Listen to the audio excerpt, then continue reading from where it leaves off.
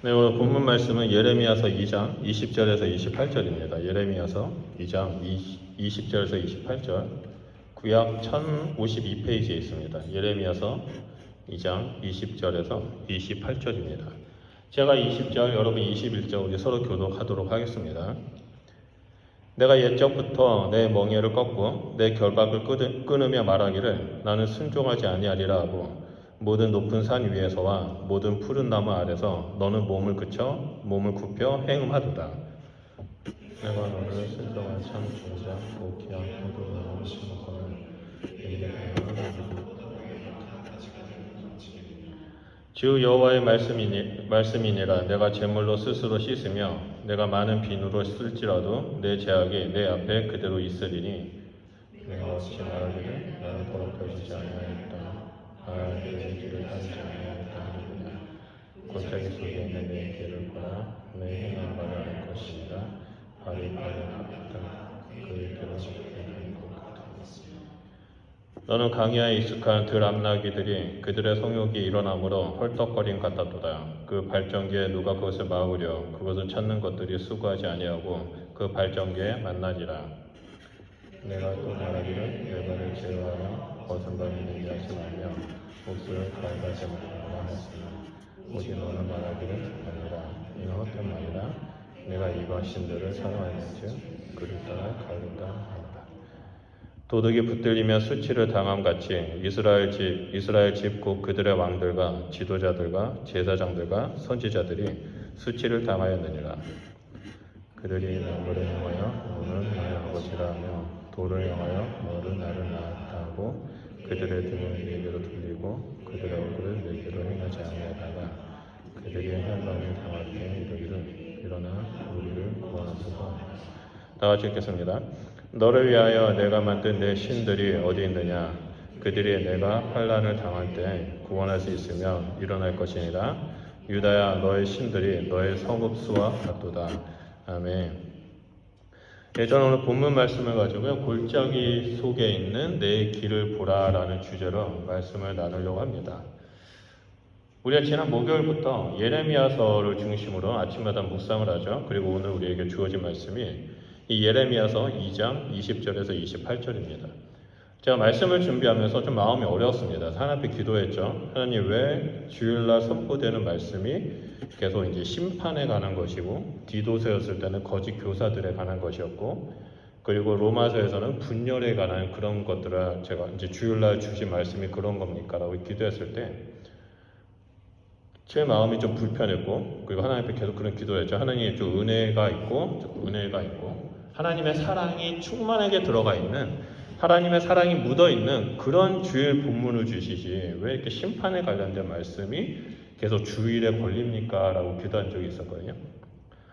근데 제 안에 이제 그런 아까 얘기 드렸던 것처럼 동성애 문제부터 시작해서 지금 전 세계에 나타나고 있는 수많은 일들, 마약부터 시작해서 그리고 여러 가지 이제 악한 일들을 보면서 정말 세상이 악하기 때문에 하나님께서 우리에게 믿음의 길을 온전히 가라고 하기 위해서 계속해서 이런 말씀을 주시는 건 아닌가라는 그런 생각이 들었습니다.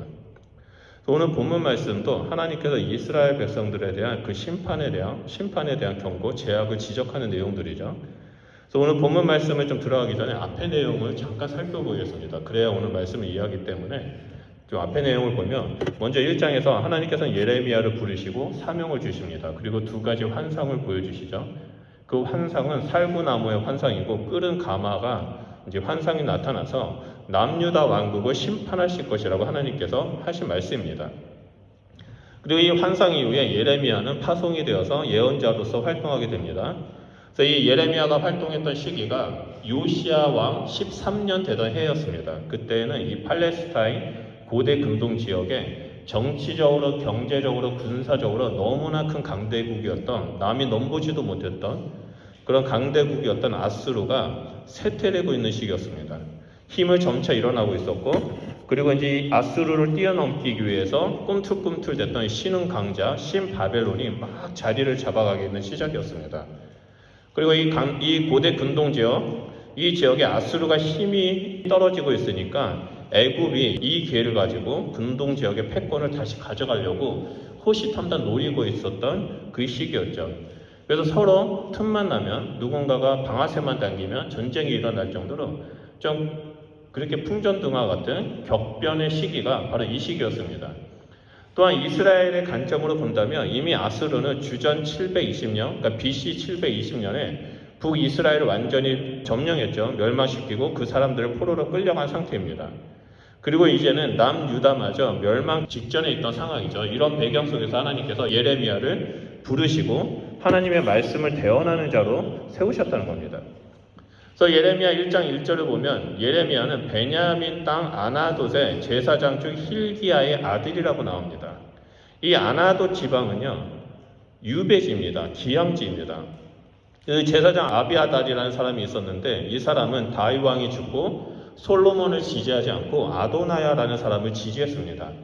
그래서 솔로몬과 이 아도니아가 서로 싸웠죠. 그 왕자리를 차지하기 위해서 서로 싸우는데 아도니아가 지고 솔로몬이 왕이 됩니다. 그래서 이 아도니아를 지지했던 이 아비아달 제사장과 그의 후손들이 이 아나돗 지방이라는 곳에 기양을 갑니다. 그래서 그곳에서 조용히 살다가 죽게 되죠. 그래서 이 제사장 아비아달 후손들을 아나돗의 제사장이라고 불리웠습니다. 다시 말해서 솔로몬의 계보에 따르면 이 사람들은 반역자의 후손인 거죠. 그래서 하나님은 아나돗 출신의 제사장 후손인 에레미야를 예언자로 부르십니다. 그리고 예레미야를 통해서 남유다 왕국의 죄악을 살피시고 나타내시고 책망하시고 심판하실 것에 대해서 말씀하고 있습니다. 오늘 우리가 살펴보고 있는 이 본문 말씀도 이스라엘의 죄를 고발하는 내용입니다. 그래서 여기에는 좀 다양한 비유가 나오는데 그 비유는 포도나무 비유하고 드람나귀 비유하고 도둑의 비유가 나옵니다. 그래서 오늘 이 비유에 대해서 좀 살펴보려고 합니다. 근데 이제 이 비유를 먼저 살펴보기 전에 20절에 뭐라고 나오냐면 상반절에 내가 옛적부터 내 명예를 꺾고 너의 결박을 끊으며 말하기를 나는 순종하지 아니하리라 라고 나옵니다. 우리 한국어 개역개정 성경에는 이스라엘이 스스로 자신에게 묶여있는 멍에와 결박을 제거하고 그 이후에 순종하지 않았다라고 말합니다. 이 경우는 이스라엘이 하나님의 가르침을 멍에로 생각했고 결박으로 생각했다는 것을 알 수 있습니다. 하지만 히브리어 원어 성경을 보면요, 개역개정의 그 번역과는 다르게 하나님이 이스라엘의 멍에와 결박을 제거했지만 이스라엘은 하나님께 나는 순종하지 않겠습니다. 나는 하나님을 순종하지 아니하리라라고 기록되어 있습니다. 한마디로 하나님은 애굽에서부터 그 이스라엘을 구원하셨죠. 그 노예라는 멍에와 결박을 제거하셨습니다. 그리고 하나님의 백성으로서 하나님을 예배하는 자로 세우셨는데 이스라엘은 그럼에도 불구하고 나는 하나님을 예배하지 않겠습니다. 나는 하나님을 섬기지 않겠습니다라고 정면으로 거부하고 있는 겁니다. 그 이유는 이들이 우상숭배에 빠졌기 때문이죠. 그래서 이들이 우상숭배한 장소를 산 위와 푸른 나무 아래라고 말합니다. 그래서 이 고대 근동의 이방 종교들은요, 높은 산 위에서 우상숭배를 했고 언덕에서 우상숭배를 했습니다. 땅보다 조금이라도 높으면 그곳에 산당을 세우고 신당을 세우고 그곳에서 자신들을 섬기는 신들을 예배했습니다. 특히 바알을 섬기는 이 산당은요, 매우 높은 지역에 세워져 있었습니다. 그리고 푸른 나무 아래에 있다는 것은 이 푸른 나무의 가지처럼 내가 부자가 될 거야. 나는 부유하게 될 거야. 나는 명예가 너무나 많아질 거야. 높아질 거야. 라는 그런 풍요를 상징합니다. 그런데 재미있는 것은 이 풍요를 상징하는 우상이 바로 바알입니다. 그런데 이 푸른 나무 아래에서 몸을 굽혔다는 것은 바로 이 푸른 나무 아래에서 그 바알 밑에서 바알 아래에서 음란한 행위를 했다는 것을 말하는 거죠. 성적인 표현을 했다는 겁니다. 이러한 모습들은 바알에게 풍요를 구하기 위해서 그 음행을 행하는 제사적인 그런 제사를 드리는 장면을 묘사한 겁니다. 이렇게 하나님을 예배하는 것을 거부하고 우상 숭배하는 이스라엘에 대해서 하나님께서는 이 예레미야를 통해 세 가지 비유를 얘기합니다. 그러면서 이들의 죄를 낱낱이 드러내시죠. 그 첫 번째 비유가 바로 참 종자 귀한 포도나무의 비유입니다. 우리 다 같이 21절 말씀 보도록 하겠습니다. 내가 너를 순전한 참 종자 곧 귀한 포도나무로 심었거든 네게 대하여 이방 포도나무의 악한 가지가 되면 어찌 됨이냐. 방금 읽었던 말씀을 보면요, 이 포도나무를 심은 주체가 바로 하나님이라는 것을 강조하고 있습니다. 그리고 하나님은 이 포도나무를 심었을 때 어떠한 포도나무를 심었냐면 순전하고 참 포도나무. 다시 말해서 최고의 품질이자 명품 같은 너무나 아름답고 아름다운 열매를 맺는 그런 품질을 심었다라는 것을 알 수 있습니다. 근데 예레미야는 이 하나님이 심은 이 최고의 품질인 포도나무가 형편없이 낮은 그 품질인 그 짝퉁 포도나무처럼 이방의 포도나무가 되었다라고 선포하고 있습니다. 그런데 여기에 재미있는 표현이 있죠. 바로 종자라는 단어입니다. 이 종자라는 단어는요, 히브리어로 제라인데요. 제라는 씨앗, 종자 그런 의미도 있지만 동시에 후손이라는 의미도 있습니다. 다시 말해서 하나님께서는 이 귀한 포도나무, 아주 품질이 좋은 포도나무를 심고 이 포도나무에서 나오는 그 열매들, 그 이스라엘 조상뿐만 아니라 그 후손들까지 아름다운 열매, 품질이 좋은 열매를 맺기를 원하고 계셨다는 겁니다. 그런데 이러한 하나님의 기대감과는 달리 최고의 품질이었던 이 포도나무가 변질이 되었습니다. 그래서 여기서 악한 가지라고 나오는데 이 악한 가지는 히브리어로 스루인데 이것은 일탈, 변종을 말합니다. 하나님의 참 포도나무, 이 포도가 변종이 된 겁니다. 변질이 된 겁니다.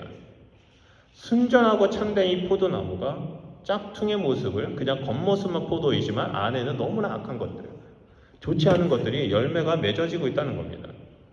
그 이유가 22절에 나옵니다.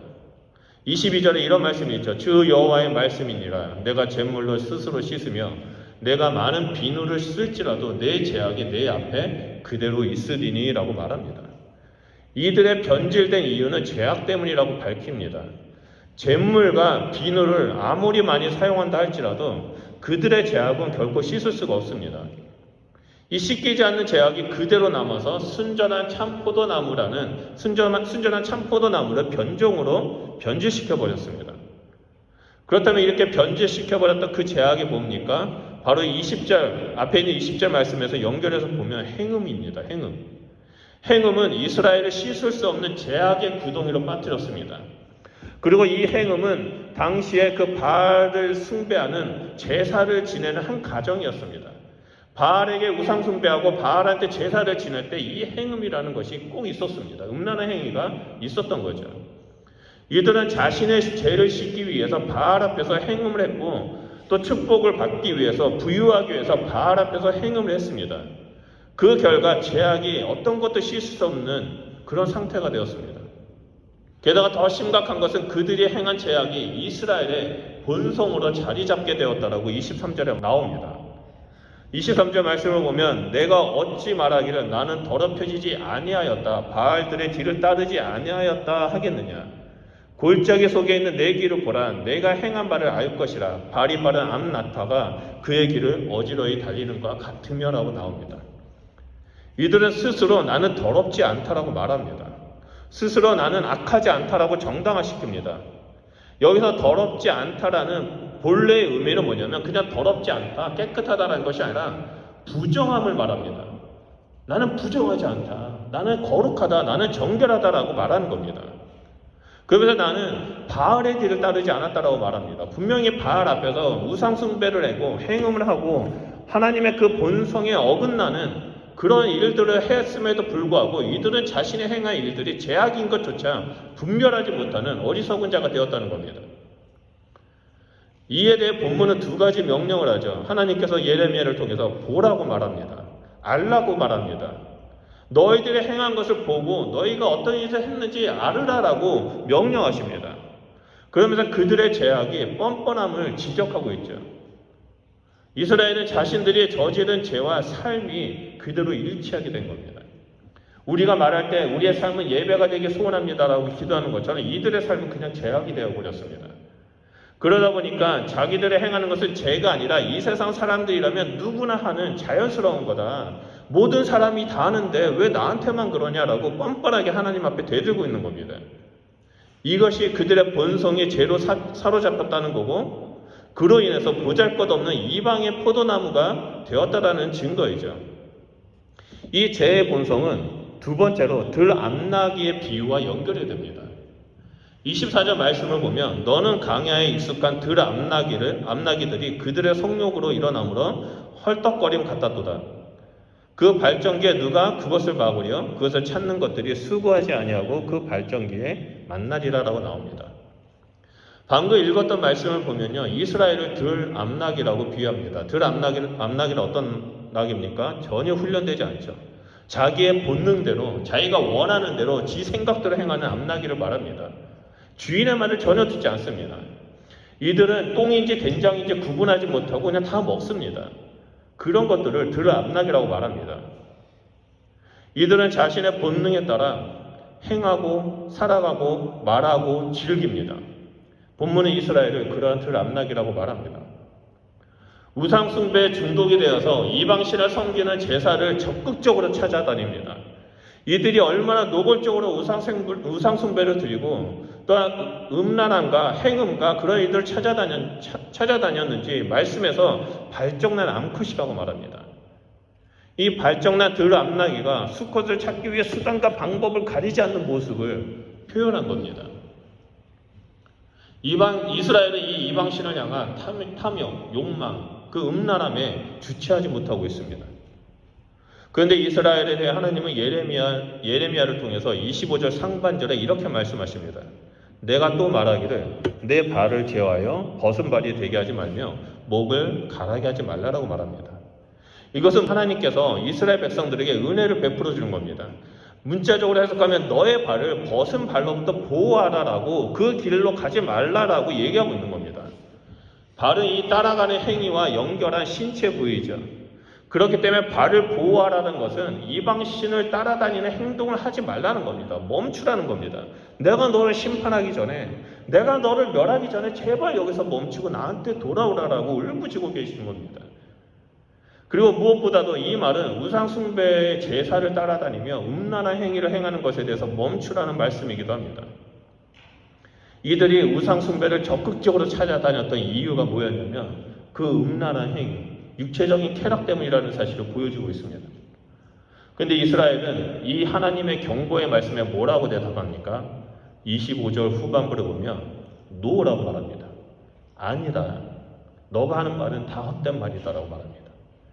여기서 헛된 말은요, 우리가 한국어로 이제 표현할 때, 당시에 이제 조선어로 표현할 때 양반들과 그런 유교 문화에 위해서 점잖게 적어 놓은 겁니다. 헛된 말은 그냥 점잖하게 번역한 겁니다.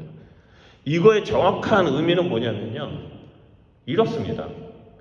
내가 뭐라든 너는 입 닥치고 날 가만히 둬라. 네가 뭔 상관이냐. 네가 뭔데 나한테 이래라 저래라 왈가왈부하냐. 그런 뜻입니다. 그리고 이스라엘은 내가 이방신들을 사랑하였는지 그를 따라가겠다라고 말합니다. 여러분이 얼마나 무섭고 어리석은 말입니까? 이들은 스스로 생명을 걸고 하나님을 버리기로 결정합니다. 하나님과 싸우기로 결정합니다. 하나님은 지금도 이스라엘을 너무나 사랑하셔서 예레미야를 보내시고 그 자리에서 멈추고 돌아오라라고 말씀하시는데, 이 이스라엘 백성은 하나님 앞에 당신이 나랑 뭔 상관이길래 내가 뭘 하든 당신이 뭔데 나한테 이래라 저래라 그러냐. 입 닥쳐라. 날 내버려둬라. 나는 내가 사랑하는 거 결코 버리지 않겠다라고 말합니다. 이러한 이스라엘 모습을 보면서 우리는 죄악에 깨어있는 그리스도인이 되어야 한다는 것을 볼 수 있습니다. 오늘 본문 말씀의 이 첫 번째와 두 번째의 비유, 이들은 우상숭배를 적극적으로 따름으로 인해 하나님의 처음 계획이었던 그 참 좋은 귀한 포도나무가 변질된 포도나무로 되어버렸습니다.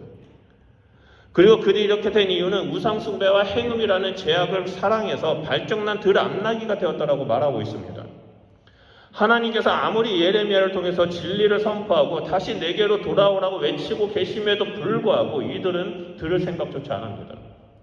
오히려 나는 내가 사랑하는 것을 따르겠다. 나는 이걸 포기하지 못한다라고 말합니다. 이들은 지금 하나님보다 다른 것을 더 많이 사랑하고 있습니다. 이스라엘 역사를 보면 이들은 조상 대대로 내려오는 정통에 따라 성전에서 절기가 되면 하나님 앞에 율법에 따라 제사를 드렸습니다. 하지만 이것은 하나의 형식으로만 전락해버렸습니다. 참 하나님이신 그 여호와를 사랑하지 아니하고 이방신을 사랑하다 보니까 하나님께 예배 드리는 것은 형식이 되어버렸습니다.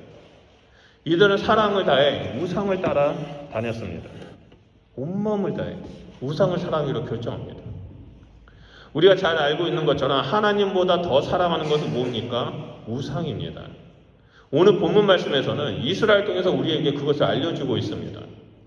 우리가 아무리 주일이 되어서 교회를 나와 하나님 앞에 예배를 드린다 할지라도 그 안에 하나님을 향한 사랑이 없다면 우리의 예배는 그냥 형식에 불과하다는 겁니다.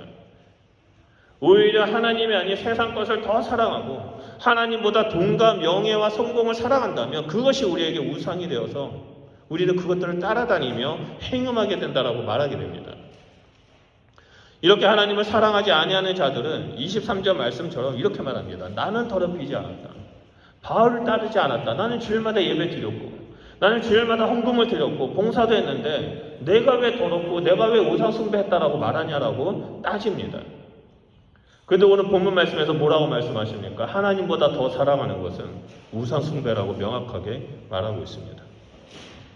하나님께서 우리를 창조하셨을 때 보기 좋았다, 보시기 좋았다라고 말씀할 정도로 우리를 완벽한 존재로 창조하셨습니다. 우리는 명품이죠. 그런데 우리가 하나님보다 다른 것을 더 많이 사랑하고 우리가 죄를 짓고 우상 숭배함으로 말미암아 명품이었던 우리들이 짝퉁으로 전락해버리는 일들이 이 세상에 너무나 많이 나타나고 있습니다. 우리는 이 말씀을 통해서 하나님보다 더 사랑하는 것이 있다면 과감하게 십자가의 못을 박아야만 합니다. 그래서 오직 하나님만 사랑하고 하나님의 뜻을 우리의 삶 가운데 나타나기를 기도하는 자가 되어야 한다는 겁니다.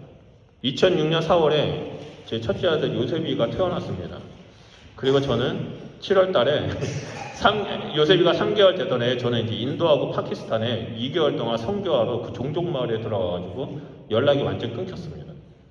연락이 완전 끊겼죠. 그리고 나서 2개월이 지나서 이제 다시 만나는데 요셉이가 저를 못 알아보는 거예요. 제가 아니면 막 우는 거예요. 3개월 동안 2개월 넘게 떨어졌으니까 제 마음이 얼마나 아프겠습니까? 그래서 제가 요셉이랑 친해 이 애기였던 요셉이 이제 뭐 5개월 6개월 된 애기를 붙잡고 막 얼굴 익숙해지려고 막 이제 뭐 안고 뽀뽀하고 막 난리를 쳤죠. 너무나 이쁘고 너무나 사랑스러우니까. 근데 문제가 하나 생겼습니다. 제가 파키스탄에서 종족 마을의 애들이랑 같이 막 지내다가 거기에 있는 폐렴이 제가 걸렸어요. 그래서 숨을 쉴 때마다 폐가 너무 아픈 겁니다. 숨을 쉴 때마다 너무 아프고 그 폐렴 때문에 원인도 못 참고 막 그런 상황이 있는데 제가 폐렴 걸렸다라는 것을 생각하지 못하고 요셉이를 너무나 사랑스럽고 너무나 이뻐서 막 뽀뽀하고 얼굴을 핥고 막 끼안고 막 그랬던 겁니다. 근데 요셉이가 감기를 저한테 옮았습니다. 제가 장기를 올리고 나서 어떤 일이 일어났냐면 애가 하루 24시간에 하루 22시간 이상을 잡니다. 안 일어나요. 계속 여름 막 37도 올라가고 있고 그때 선교관이 있었거든요. 그래서 제가 이제 내가 미쳤지, 내가 폐렴 걸리고 폐렴도 심하게 걸린 내가 이 아이를 끼안고 뽀뽀하고 이랬으니 감기 걸렸다, 나 때문에 걸렸다, 나 때문에 이런 일이 생기면 어떡하냐라고 마음 때문에 저를 막 자책하면서 하나님 앞에 막 기도하고 있었어요. 근데 다음날 요셉이가 일어난 거예요. 다음에 일어나서 침대 위에서 이렇게 지가 딱 앉다가 침대에 이렇게 있으면 여기 오는 침대거든요. 여기 이렇게 이 끝에 앉다가 바로 꼬꾸라진 거예요.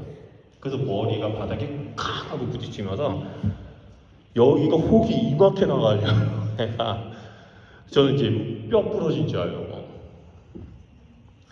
난리가 났죠. 저 이제 사모랑 저랑 완전 놀래가지고 이게 어떻게 해야 되냐고 막 그러고 있고 난리 났죠. 그래 애를 어떻게 해야 되지 막 안고 있는데 울지 말라고 토닥거리고 하면서 또 약 먹이고 하는데 또 자는 거예요. 그것도 계속 안 일어나는 거예요. 그날 밤에 제가 하나님께 기도했습니다. 하나님 왜 이런 일이 일어납니까? 근데 제 안에 어떤 마음이 있었냐면 하나님께서 이 마음을 주시는 거예요. 하나님보다 더 사랑하는 것이 우상이라는 거죠. 그 순간 요셉이가 저한테 우상이 됐다라는 게 확 느끼는 거죠. 그러면서 제가 이제 하나님 앞에 회개를 기도하는데 회개 기도를 했죠. 하나님 저를 긍휼히 여겨 주십시오. 제가 하나님이 아닌 하나님보다 더 많이 요셉이를 사랑했습니다. 그러면서 이제 샤워를 하면서 물을 틀어놓고 막 기도를 하는데 계속 눈물이 나더라고요. 그래서 울면서 하나님 제가 잘못했습니다. 이제 우상을 제가 무너뜨립니다. 이 요셉이는 하나님의 아들이고 하나님이 죽이든 살리든 하나님 마음대로 하시잖아요. 저는 내려놓겠습니다. 하나님이 이 아이의 삶을 다스려 주십시오. 그렇게 막 울면서 기도하고 다음날 이제 잤죠. 다음날 잔 게 아니라 그 밤에 잤죠. 다음날 이제 딱 일어나는데 요셉이가 제 배에 올라가지고 막 놀고 있는 거예요. 너무나 놀랐어요. 애가 멀쩡해진 거예요. 하나님보다 더 사랑하는 것이 우상이 될 수 있는데 그 대상이 우리의 가족이 될 수 있고 나의 성공이 될 수 있고 또한 내가 추구하는 것이 될 수 있다는 거죠. 우리는 이 땅에서 하나님보다 더 사랑하는 것을 따른다면 우리는 명품의 삶으로 태어났는데 짝퉁의 삶으로 전락될 수밖에 없다는 것이 오늘 본문 말씀을 통해서 우리에게 말하고 있다는 겁니다. 오늘 함께 예배드린 우리 성도님들은 정말 하나님보다 더 사랑하는 것이 있다면 그것을 내려놓고 하나님, 내가 하나님만 더 사랑하겠습니다. 하나님의 뜻에 내가 생명을 걸겠습니다. 하나님 제 삶을 주관해 주십시오라고 기도해야 한다는 것을 오늘 말씀을 통해서 볼 수 있습니다. 그리고 마지막 세 번째 비유는 도둑에 대한 비유입니다. 26절 말씀인데요. 도둑이 붙들리면 수치를 당함같이 이스라엘 집 곧 그들의 왕들과 지도자들과 제사장들과 선지자들이 수치를 당하였느니라 라고 나옵니다. 도둑의 비유는 유다의 지도자들을 말합니다. 이들은 왕이고 지도자들이고 제사장이고 선지자들이고 또 율법을 가르치는 자들입니다. 그런데 이들을 도둑이라고 말합니다. 율법에 의하면 이스라엘의 율법에 의하면요 물건을 훔치든 물건을 남의 물건이니까 알고 훔치든 남의 물건인지 모르고 그냥 줍든 이 물건을 들고 가는 것, 내 거 아닌 거를 들고 간 사람들에게는요 공개적으로 처벌하게 되어 있습니다. 내가 이 물건을 가지고 숨기고 있거나 아니면 다른 사람에게 판매하거나 상관없이 그냥 공개적으로 수치를 당하고 처벌을 당합니다. 또한 인신매매라고 하죠. 사람을 도둑질한 경우는 예외 없이 사형을 처했습니다. 그리고 그 가문 전체가 사람들 앞에서 수치를 당했습니다. 그런데 하나님께서는 오늘 이 지도자들을 수치를 당한 도둑이라고 말합니다. 그렇다면 우리가 이 지도자들이 무엇을 도둑질을 했는지 우리가 살펴봐야 하겠죠. 바로 27절 말씀입니다. 그들이 나무를 향하여 너는 나의 아버지라 하며 돌을 향하여 너는 나를 낳았다라고 하고 그들의 등을 내게로 돌리고 그들의 얼굴을 내게 향하지 아니하다가 그들이 환난을 당할 때에는 이르기를 일어나 우리를 구원하소서 하리라 라고 나옵니다. 말씀을 보면요 당시의 지도자들이 훔친 것이 무엇인지 정확히 볼 수 있습니다. 그것은 바로 백성들에게 하나님이 누구인지를 알려줘야 되고 하나님의 말씀을 가르쳐야 함에도 불구하고 이들은 하나님의 말씀을 가르치지 않았습니다. 하나님의 형상을 보여주지 않았습니다. 오히려 나무를 통해서 너의 아버지야 라고 말하고 저 돌이 너의 엄마야 라고 말했다는 겁니다. 이 말은 이 백성들에게 하나님 앞에 하나님을 알리는 것이 아니라 우상을 섬길 수 있도록 유혹하고 그들이 우상에 빠지도록 끌고 갔다는 거죠. 하나님은 그러한 모습을 보면서 도둑놈이라고 말합니다. 내가 너에게 이런 사명을 주었는데 내가 너에게 이스라엘 백성들에게 나의 마음을 나의 사랑을 전하라고 너를 세웠는데 너는 그것을 도둑질했다. 오히려 너는 그것을 행하지 않았더라고. 그러면 하나님은 이들의 반역적인 행위를 보면서 적극적으로 책망하고 계시는 겁니다. 이 지도자들은 백성들에게 똑같이 우상 숭배에 빠지도록 가르쳤습니다. 제 길로 인도했습니다. 하나님의 백성들은 왕과 지도자들과 제사장과 선지자들의 모습을 보면서 하나님의 모습을 보고 예배해야 하는데 그러지 못했습니다. 하지만 이들은 백성들이 하나님을 바라보지 못하도록 철저하게 가로막았습니다. 그리고 이 돌에게 절하라, 이 나무에게 절하라 외쳤다는 겁니다. 근데 만약에 환난이 다가오거나 힘든 일이 다가오면 그때서야 하나님을 찾는다라고 말합니다. 이게 뭡니까? 위선적인 사람들의 모습입니다. 이것은 올바른 지도자의 모습이 아니죠. 하나님은 이러한 사람들의 모습을 도둑이라고 말합니다. 그리고 이들 향해 28절에 이렇게 말합니다. 너를 위하여 내가 만든 신들이 어디 있느냐. 그들이 너를 환난을 당할 때 구원할 수 있으면 일어날 것이라. 유다야 너희 신들이 너희의 성읍의 수와 같도다라고 말합니다. 당시에 남유다 왕국이 얼마나 타락했냐면 이들의 성읍의 수와 함께 우상의 수도 같다라는 겁니다. 이들의 성읍마다 그들이 섬기는 우상들을 하나씩 다 세웠다는 거죠. 그 이유가 지도자들이 하나님 말씀을 가르치지 않고 하나님의 모습을 드러내지 못한 것이기 때문이라고 지금 고발하고 있는 겁니다. 이것이 바로 지도자가 하나님이 아닌 우상을 섬기게 되었을 때 나타나는 결과입니다. 오늘날 우리 주 예수 그리스도께서 곧 오실 이 마지막 때에 세상을 변화시키는 지도자가 누구입니까? 바로 교회이고 여러분과 저희입니다. 성도된 우리입니다. 세상을 그리스도의 말씀으로, 진리의 말씀으로 변화시킬 책임이 교회와 성도인 우리에게 있습니다. 세상 가운데 하나님의 형상을 드러내고 하나님은 이런 분이야라고 알리고 그들을 하나님 앞에 나오도록 해야 할 책임이 우리에게 있다는 겁니다. 그러기 위해서는 교회도 성도인 우리도 세상의 가치관대로 살아서는 안 됩니다. 세상에 끌려가는 것이 아니라 세상을 하나님의 말씀으로 변화시키는 그리스도인 교회가 되어야 한다는 겁니다. 그러기 위해서 우리는 날마다 하나님 앞에 머물러야 한다는 거죠. 진리의 말씀 앞에 충성되는 자가 되어야 합니다. 그래서 교회는 성도들에게 하나님 말씀을 가르쳐야 되고요. 성도는 배운 그 말씀을 자신의 삶 가운데 적용하면서 순종하면서 나아가야만 합니다. 그럴 때 세상은 변하고 하나님의 나라가 확장되기 시작하죠. 그런데 오늘날 사회 현상을 보면요, 그러지 못한 것 같습니다. 곳곳에 우상들이 많이 나타납니다. 하나님보다 더 사랑하는 것들이 너무나 많이 나타납니다. 교회 내에서도 하나님보다 더 많은 것들을, 더 다른 것들을 집중하는 사람들이 많이 생깁니다. 세상에 수많은 이단들이 생기죠. 수많은 우상들이 생깁니다. 겉으로는 하나님을 찾지만 실제 삶에서는 하나님보다 더 사랑하는 것을 따라다니고 나무를 아버지라고 부르고 돌을 어머니라고 부르는 일들이 이 세상 가운데 가득 나타나고 있습니다. 그리고 필요할 때마다 하나님을 찾는 이중적인 모습을 보게 됩니다. 왜 그렇습니까? 지도자인 그리스도인 하나님의 부르심을 받은 사람들이 온전한 삶을 살지 못했기 때문입니다. 교회가 교회답게 서 있지 못해서 이런 일들이 일어납니다. 지금 세상은 교회를 혐오하죠. 우리를 향해 개독교라고 말합니다. 이 안타까운 현실에 우리가 살고 있습니다.